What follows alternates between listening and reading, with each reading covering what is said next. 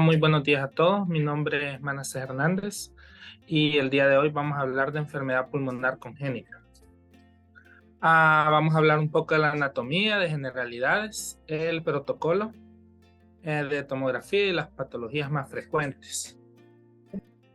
Hablando un poco de la anatomía, tenemos que recordar rápidamente la anatomía pulmonar, los diferentes lóbulos y la manera que estos se dividen en segmentos. Esto va a ser importante ya que hay patologías que afectan no solamente lóbulos independientemente, sino segmentos independientemente. Entonces tenemos que saber identificarlos anatómicamente. También debemos recordar las ramificaciones del árbol traqueobronquial, desde la tráquea, los bronquios, hasta los sacos alveolares que contienen los alvéolos donde se produce el intercambio gaseoso. Recordando la estructura del lóbulo pulmonar secundario, el cual es alimentado por una rama de la arteria pulmonar y un bronquiolo respiratorio, al final del cual se abren los sacos alveolares llenos de alvéolos. Alrededor vamos a encontrar el tejido conectivo que forma los septos interlobulares. En este tejido conectivo vamos a encontrar una rama de la arteria pulmonar, de la vena pulmonar y vasos linfáticos. Ya hablando propiamente de la enfermedad pulmonar congénita, vamos a decir que estas enfermedades pueden ser, normalmente son detectadas en niños, es más raro detectarlas en adultos, pero sí sucede. Se detectan incidentalmente o ya que los pacientes presentan síntomas inespecíficos, como neumonía, disnea, disfagia y datos de hipertensión pulmonar. Los estudios de imagen juegan un papel vital en el diagnóstico de estas enfermedades pulmonares congénitas, sobre todo en la tomografía, y también en la identificación de las complicaciones. Tenemos este pequeño cuadro tomado de este artículo, donde podemos ver una clasificación, la principal clasificación de las enfermedades pulmonares congénitas, ya sea que sean anomalías broncopulmonares, anomalías vasculares o anomalías combinadas, es decir, que vaya a haber alteraciones tanto vasculares como broncopulmonares. Y vemos que es una gran gama de patologías. Vamos a enfocarnos en las más comunes, las más importantes el día de hoy. Vamos a hablar de agenesia pulmonar, de los quistes broncogénicos, la hiperinsuflación lobar congénita, previamente conocida como enfisema lobar congénito, la atresia bronquial, el pulmón hipogénico o síndrome de cimitarra y el secuestro pulmonar. Hablando un poco del protocolo que vamos a utilizar al momento de la tomografía para pacientes con sospecha de enfermedad pulmonar congénita. Muy importante que tengamos fase contrastada, que utilicemos medio de contraste en estos pacientes. El medio de contraste puede ser a 1 o 2 ml por kilo. Y la infusión es recomendada que no sea de manera manual, sino con inyector, preferiblemente de 1.5 a 2.5 ml por segundo. En cuanto al kilovoltaje utilizado, si el paciente recomienda este artículo, si el paciente es menor de 50 kilos, se debe utilizar un kilovoltaje estándar de 80 kilovoltios. Si el paciente es mayor de eso, se puede llegar hasta 100-120 kilovoltios. En cuanto al abordaje anatómico, lo que vamos a abarcar al momento de los cortes que vamos a realizar con la tomografía, es importante abarcar desde la apertura torácica hasta el diafragma, hasta las bases pulmonares, pero hay ocasiones que se realizan cortes más bajos hasta el nivel de las arterias renales, sobre todo en los pacientes con sospecha de secuestro pulmonar extralobar. Ya hablando de las patologías, vamos a iniciar hablando de la agenesia pulmonar, en la cual hay una ausencia total de un pulmón, incluidos sus bronquios y suministro vascular. Esto es importante ya que lo debemos diferenciar de la aplasia pulmonar, en la cual puede haber una yema bronquial, sí, pero no hay pulmón. Entonces la agenesia es cuando no hay pulmón, no hay bronquios y también hace falta el suministro vascular. Los síntomas respiratorios que produce son inespecíficos: cianosis, taquipnea, estridor o dificultad para alimentarse, esto en los niños. Normalmente estas son patologías que la mayoría se van a detectar en edades pediátricas. Las características radiológicas que debemos identificar, vamos a encontrar un hemitórax opacificado totalmente, asociado con un marcado desplazamiento mediastínico, y el hemitórax contralateral se va a encontrar hiperlucente, porque una porción del pulmón contralateral hiperinflado se va a herniar retroesternalmente a través de la línea media. Ya aquí vamos a ver algunos casos. En este paciente podemos observar primero una radiografía de tórax y en proyección PA, y una tomografía corte axial, tomografía de tórax, corte axial en ventana pulmonar, donde podemos observar los mismos hallazgos en este paciente. Podemos ver una importante hiperinsuflación del pulmón izquierdo, el cual se encuentra herniado hacia retroesternalmente a través de la línea media hacia el lado contralateral, donde también podemos ver una completa opacificación del lóbulo de este campo pulmonar. En este otro paciente podemos ver tomografías de tórax en ventana pulmonar. Importantemente, aquí podemos observar no solo la ausencia total de parénquima pulmonar derecho, sino también podemos observar que solo existe el bronquio pulmonar izquierdo. Podemos ver que en la ramificación no hay bronquio pulmonar derecho. El pulmón derecho se encuentra hiperinsuflado y herniado hacia la izquierda. También podemos ver que no hay suministro vascular, no hay arteria pulmonar derecha. Aquí en este paciente podemos observar los mismos hallazgos. Estas son imágenes tomográficas, un corte axial y una reconstrucción coronal. Incluye una fase contrastada, ya que podemos observar no solamente la falta de parénquima pulmonar derecho, sino también que no existe suministro vascular no existe arteria pulmonar derecha, solamente la izquierda y sus segmentos. De nuevo, que es un hallazgo característico de agenesia pulmonar. En este siguiente paciente tenemos imágenes tomográficas, tomografías de tórax en ventana mediastino, una fase contrastada, y en ventana pulmonar, donde podemos observar las características que ya veníamos hablando. Podemos ver que no hay parénquima pulmonar izquierdo en este caso, que el pulmón derecho se encuentra hiperinsuflado, que se ha herniado a través de la línea media retroesternalmente, y se encuentra también lateralizando el mediastino. Podemos ver que el corazón se encuentra muy lateralizado también, y los vasos asociados. Podemos ver la ausencia de bronco pulmonar izquierdo, solamente hay derecho, y solamente hay vasos también, vasos pulmonares derechos, no existen arteria pulmonar izquierda. Igualmente, en esta imagen tenemos imágenes tomográficas del mismo paciente. Tenemos imágenes tomográficas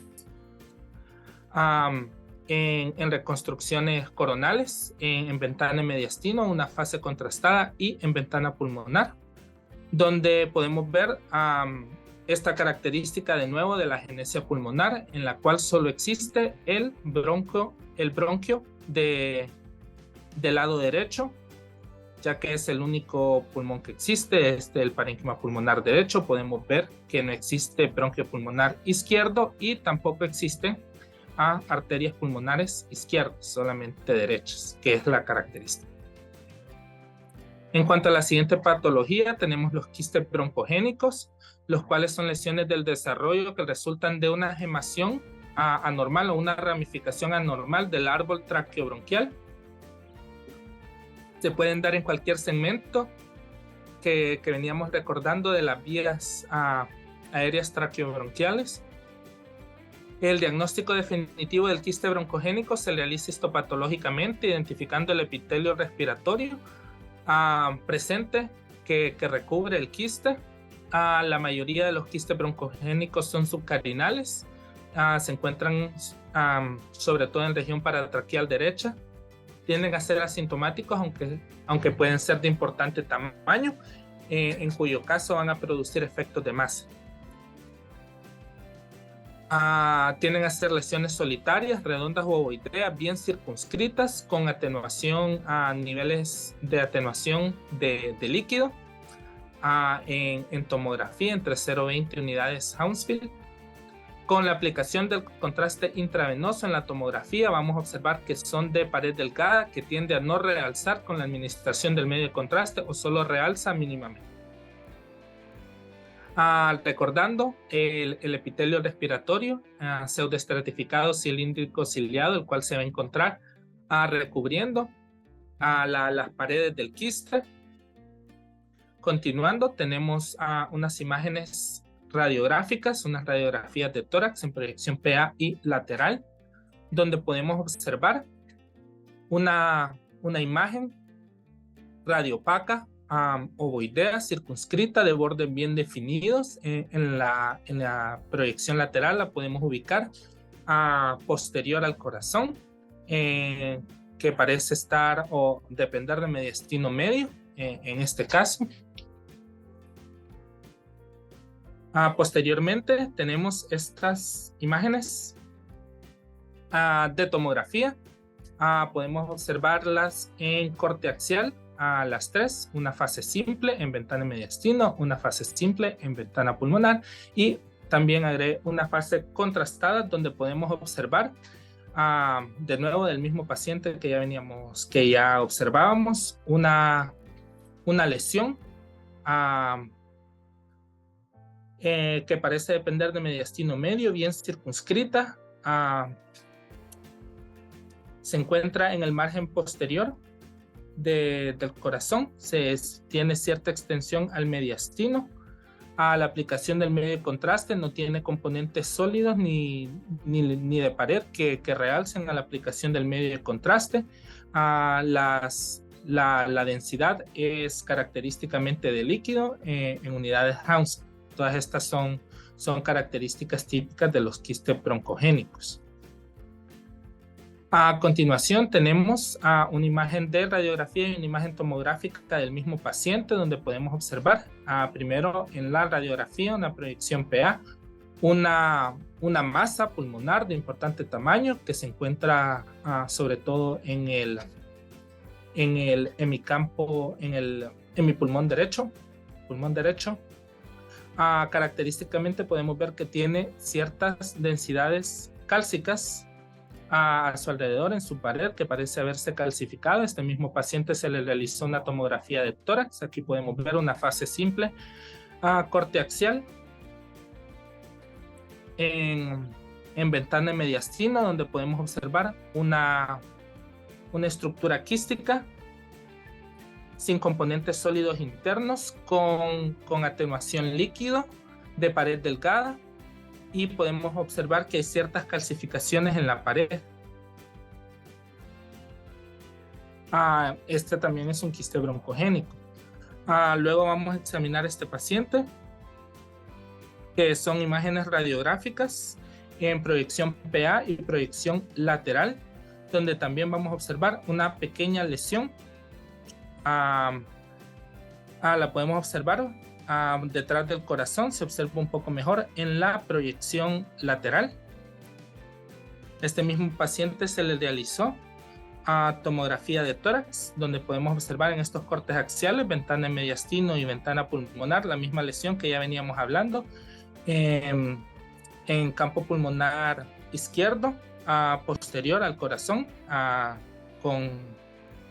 parece colindar con el margen posterior del corazón, de densidades líquidas sin componentes sólidos internos. Con este paciente también también se le realizó resonancia magnética, recordando que debido a que estos quistes son líquidos, tienen contenido líquido, podemos hacer uso de las imágenes de resonancia. En este caso podemos ver dos imágenes de resonancia ponderadas en T2, en corte axial y en corte coronal, donde podemos ver que emite una señal hiperintensa, característica del líquido en esta secuencia de resonancia magnética, que también nos ayuda al diagnóstico de quiste broncogénico. Continuando con la hiperinsuflación lobar congénita, previamente conocida como enfisema lobar congénito, es una sobredistensión progresiva de un lóbulo pulmonar asociada con obstrucción intrínseca o extrínseca de la vía aérea, así como deficiencia de cartílago bronquial. Normalmente suceden el enfisema lobar en el lóbulo superior izquierdo, pero también, y en orden de frecuencia, continúa el lóbulo medio derecho, el lóbulo superior derecho o los lóbulos inferiores, tanto derecho como izquierdo. La mayoría de los pacientes se presentan con clínica de dificultad respiratoria. Las características radiológicas que debemos observar generalmente muestran hiperlucencia con efecto de masa en los lóbulos, hiperlucencia del segmento pulmonar afectado, con efecto de masa en el resto de los lóbulos adyacentes no afectados. Se observa el lóbulo hiperinflado, el lóbulo afectado debe estar hiperinsuflado con vasos pulmonares atenuantes y desplazados. Puede haber desplazamiento mediastínico hacia el lado contralateral y las costillas pueden estar un poco separadas de nuevo por los datos de hiperinsuflación, así como un diafragma deprimido en el lado ipsilateral. Podemos observar aquí en estas imágenes de radiografía una proyección PA y un pequeño esquema. Podemos ver que hay un aumento de que hay hiperinsuflación y aumento de la hiperlucencia del pulmón izquierdo. Parece estar afectando sobre todo el segmento superior, el lóbulo superior izquierdo. Hay cierto desplazamiento del mediastino hacia el lado contralateral. Aquí podemos observar en el mismo paciente una proyección PA, también una proyección lateral, disculpen, un aumento de la hiperlucencia del segmento pulmonar afectado. Continuando, tenemos este paciente, es un paciente pediátrico. Tenemos una radiografía de tórax en AP y tenemos una tomografía también en corte axial en ventana pulmonar, donde podemos ver las características que ya veníamos discutiendo. Hay hiperinsuflación y disminución de la vascularización del lóbulo superior izquierdo, tanto en la radiografía como en la tomografía. Podemos ver que hay cierto desplazamiento del mediastino hacia el lado contralateral. En este siguiente paciente también es un paciente pediátrico. Tenemos una imagen de radiografía y una imagen tomográfica. La imagen de radiografía en proyección AP. Podemos ver expansión e hiperinsuflación del lóbulo superior izquierdo y desvía el mediastino hacia el lado contralateral. Podemos ver los mismos datos en la tomografía, en el corte axial, en ventana pulmonar, la hiperinsuflación del segmento afectado. Podemos ver que se encuentra herniado retroesternalmente hacia el lado contralateral y hay desplazamiento de las estructuras mediastinales hacia el lado contralateral.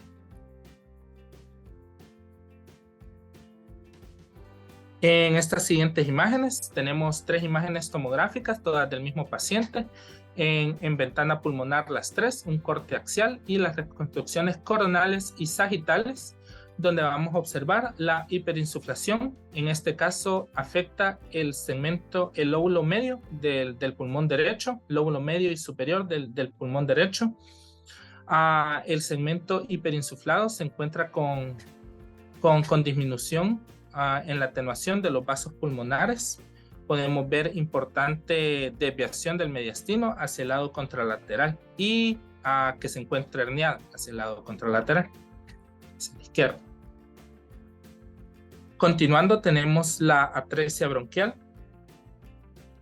La atresia bronquial se caracteriza por la obstrucción focal de un bronquio, ya sea subsegmentario o segmentario, con vía aérea distal normal. El lóbulo más comúnmente afectado va a ser el lóbulo superior izquierdo y le sigue el lóbulo superior derecho, medio e inferior, derechos. Las características radiológicas que debemos identificar en la atresia bronquial es una opacidad central en el segmento afectado, que va a ser correspondiente a un broncocele, un bronquio lleno de moco, que se encuentra distal a la región de la atresia. Y la opacidad puede mostrar una configuración tubular o en signo en dedos de guante, que ya vamos a observar. Y la otra característica que debemos buscar es la hiperinsuflación del segmento obstruido. En este paciente tenemos una radiografía de tórax en proyección PA, donde los hallazgos son sutiles, pero podemos observar que hacia el lóbulo superior izquierdo hay cierta oligoemia y cierta hiperinsuflación del lóbulo superior izquierdo. Podemos observar en su centro que hay una imagen como el signo de dedos de guante, que vendría a representar un broncocele. De nuevo, los hallazgos son un poco sutiles. En este otro paciente también una radiografía de tórax en proyección PA. Se encuentra afección del lóbulo superior izquierdo. Podemos ver que se encuentra cierta oligoemia e hiperinsuflación en comparación con su contralateral. Y podemos ver en el centro del segmento pulmonar afectado, podemos ver esta imagen radiopaca, en este caso un poco más ovalada, que viene a representar el broncocele. En este siguiente paciente tenemos imágenes tomográficas, tomografía de tórax en ventana pulmonar ambas, fase simple, un corte axial y una reconstrucción coronal, donde podemos observar afectación del lóbulo inferior derecho, en este caso, el cual se encuentra hiperinsuflado. Podemos ver disminución en la atenuación de los vasos. Se encuentra disminuida la trama vascular en el segmento afectado. Podemos ver que al centro del segmento afectado hay un broncocele, que es un segmento dilatado del bronco que se encuentra lleno de moco. En este siguiente caso, tenemos de nuevo imágenes tomográficas, un corte axial y una reconstrucción coronal, ambas en ventana pulmonar. En este caso podemos ver afección del pulmón izquierdo, del lóbulo superior del pulmón izquierdo, con las características que ya veníamos hablando, cierta oligoemia, hiperinsuflación del segmento afectado y central al segmento afectado. Podemos ver esta imagen como en dedos de guante, en signo de dedos de guante, que es el broncocele, que es el segmento bronquial obstruido lleno de moco. Continuando, tenemos el siguiente caso, otro paciente, imágenes tomográficas en corte axial, reconstrucciones coronal y axial, las tres y sagital, disculpen, reconstrucción coronal, reconstrucción sagital, las tres en ventana pulmonar, el cual venimos a observar los datos que ya veníamos discutiendo. En este caso se encuentra afectado el lóbulo superior izquierdo. Podemos ver la afección en los tres cortes, podemos ver la disminución de su vascularidad y levemente hiperinsuflado, sobre todo en comparación con el contralateral, lo podemos apreciar un poco mejor. Y al centro, sobre todo en la reconstrucción sagital, podemos ver el broncocele. Es importante siempre hacer uso de todas las herramientas que tengamos en la tomografía. Las siguientes imágenes me gustaron mucho, las incluí por eso precisamente. No solamente utilizar las reconstrucciones multiplanares que podemos hacer uso de la tomografía. En este caso podemos ver en esta imagen tomográfica, en una reconstrucción sagital en ventana pulmonar, podemos ver muy bien este segmento, el broncocele, este segmento de bronquio dilatado que se encuentra lleno de moco, que tal vez en otro corte, en otra reconstrucción no lo podríamos haber observado igual de bien.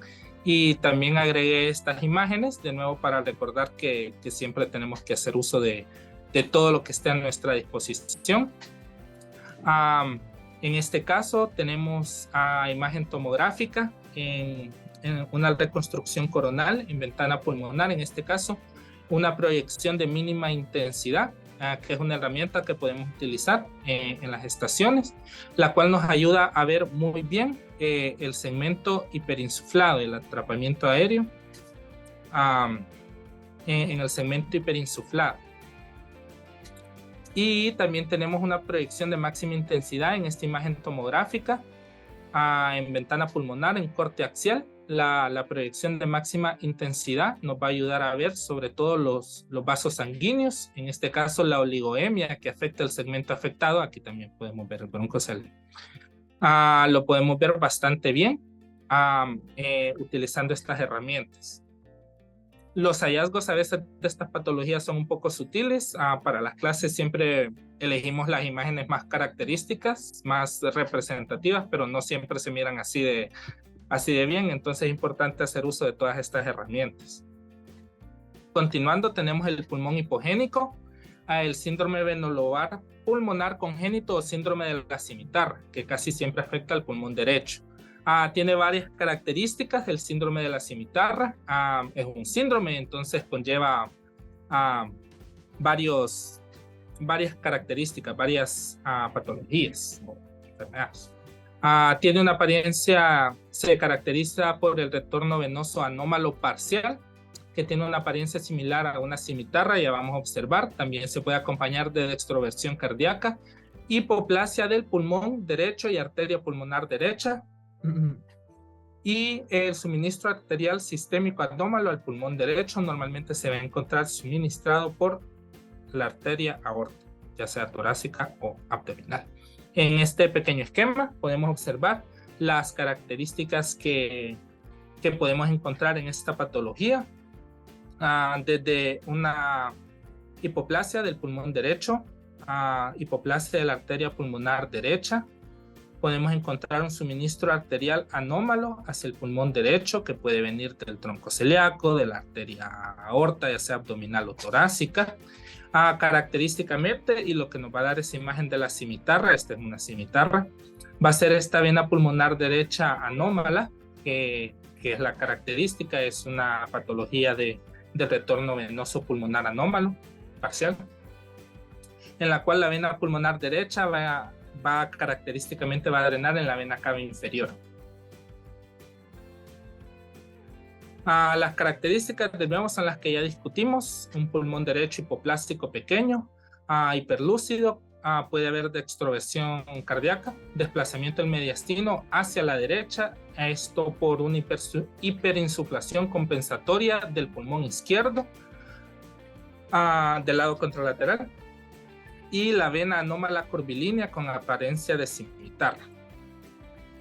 Entonces, iniciando con los casos, tenemos esta imagen radiográfica en proyección PA. Podemos observar esta imagen característica que es la vena anómala que va a drenar hacia la vena cava inferior, que está drenando el pulmón derecho hacia la vena cava inferior, que adquiere esta forma como de una cimitarra, y de ahí adquiere el nombre, el síndrome. Otra imagen radiográfica donde vemos los mismos hallazgos, a veces puede borrar incluso un poco el borde cardíaco derecho. Continuando, tenemos una imagen tomográfica, una reconstrucción coronal, donde podemos observar sobre todo el pulmón derecho hipoplásico. Podemos ver la hiperinsuflación compensatoria del pulmón contralateral. Podemos ver también cierta desviación de las estructuras mediastinales hacia el lado afectado, hacia el lado derecho, que es el lado que se encuentra afectado en este caso. En estas siguientes imágenes tomográficas, un corte axial y una reconstrucción coronal, podemos observar de nuevo un pulmón derecho muy disminuido de tamaño, sobre todo en comparación con su contralateral.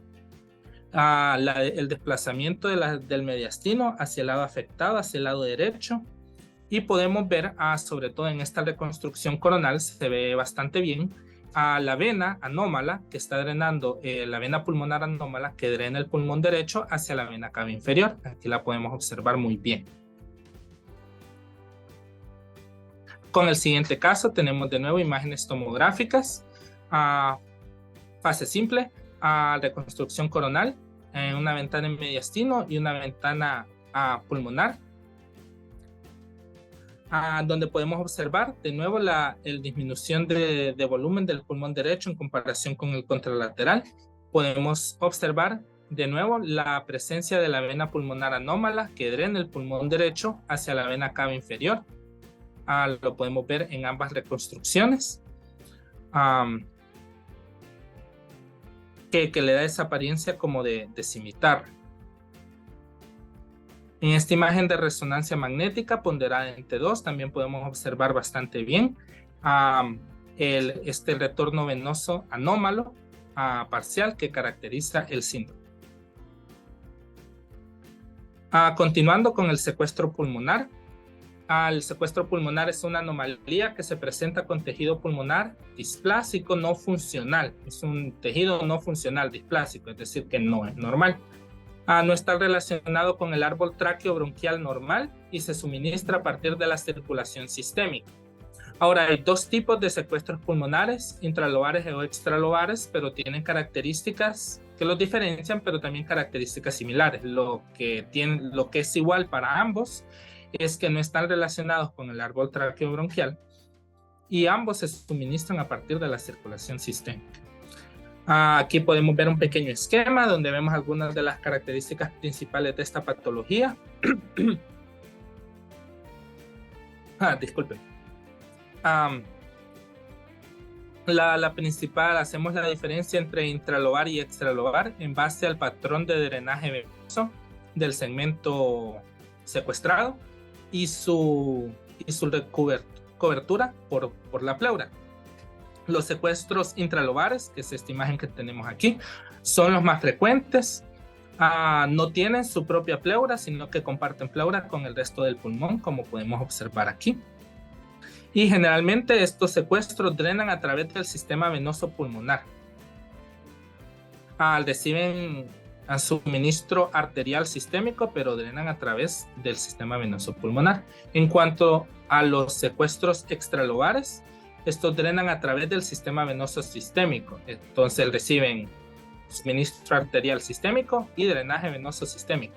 Y contienen su propia pleura. Se encuentran separados del resto del parénquima pulmonar, revestidos por su propia capa pleural.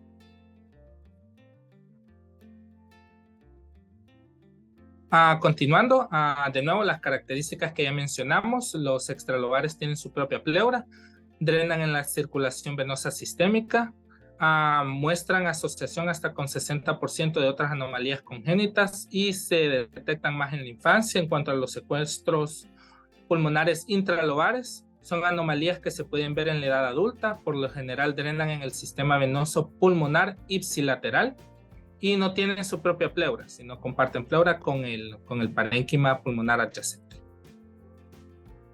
Las mismas características que veníamos hablando.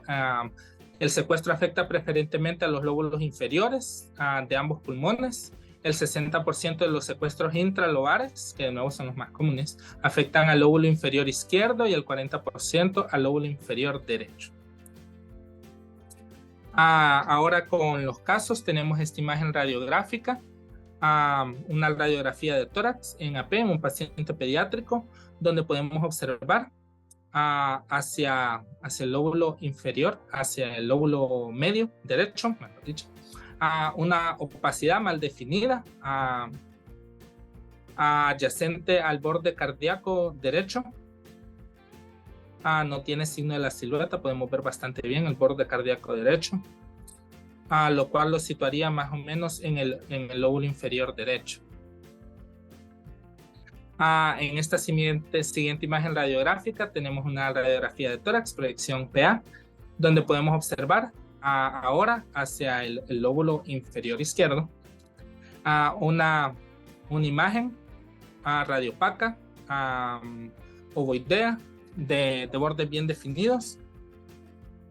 No tiene signo de la silueta con el corazón. También podemos hacer uso del ultrasonido. Este es un ultrasonido perinatal, se realizó previo al parto, donde podemos observar algunas características que nos ayudan a identificar estas patologías. De nuevo, a veces se pueden diagnosticar en edades pediátricas, incluso en el periodo perinatal, donde podemos observar en este ultrasonido una lesión ecogénica. Característicamente la lesión se encuentra en la porción baja del hemitórax izquierdo. A la aplicación de Doppler Color podemos observar que la lesión parece estar suministrada por la arteria aorta, suministro arterial por parte de la arteria aorta. La lesión es sólida, ecogénica, circunscrita, de bordes mal definidos. En estas siguientes imágenes ecográficas es el mismo paciente que se detectó perinatalmente, ahora ya un recién nacido. Se le realizó de nuevo un ultrasonido donde se puede observar la misma lesión ecogénica de aspecto sólido, de bordes mal definidos, que se encuentra de nuevo en el hemitórax izquierdo posterior, se encuentra posterior al corazón, como podemos observar aquí.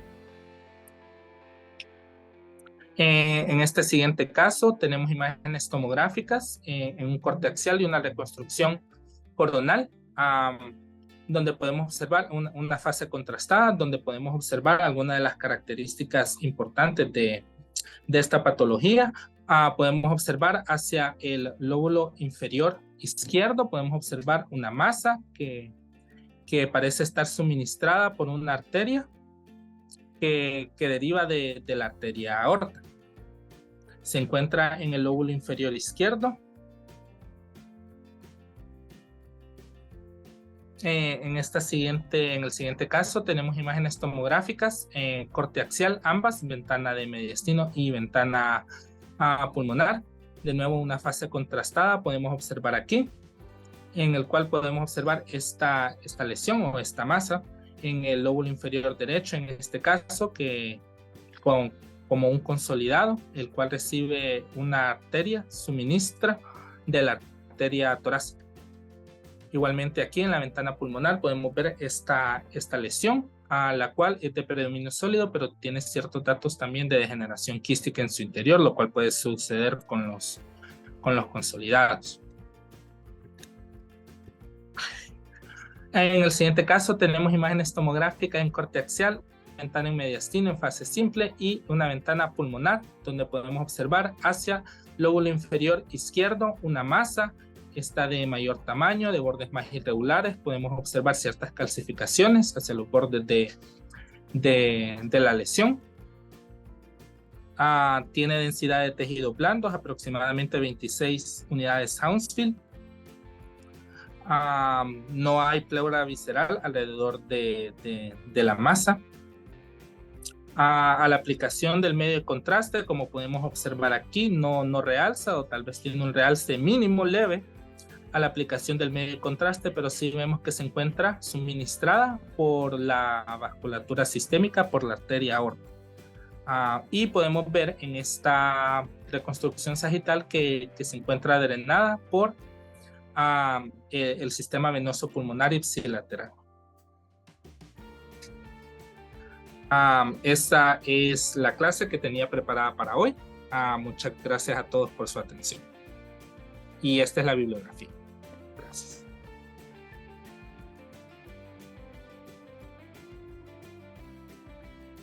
Muy bonita clase, Manny. Creo que es un tema importante y un tema un tanto difícil si no conocemos las diferentes malformaciones, teniendo en cuenta que estas pueden ser algunas del parénquima pulmonar y otras de la vasculatura, que al final pues sí nos van a dar manifestaciones pulmonares, pero que es necesario aprender a diferenciarlas. Otra cosa importante es recordar que pues estamos tratando bueno, idealmente, ¿verdad? Con pacientes pediátricos, o sea, que se les haga una detección temprana.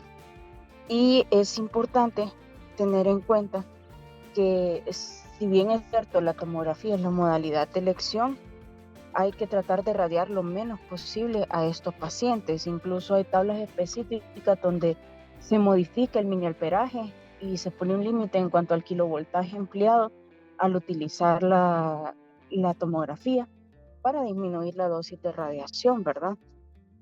Y igual, ¿verdad? La canalización importante. Algunos de estos niños van a ocupar sedación por parte de anestesia.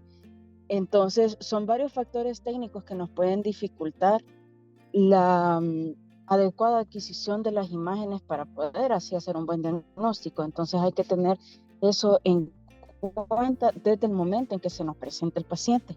Por lo demás, Manasés, creo que muy bonito tema, muy bien explicado. Gracias, Manasés, por el tema muy bonito. Es importante que cuando esté hablando de tomografía, sobre todo en estas alteraciones de agenesia, hipoplasia, secuestro,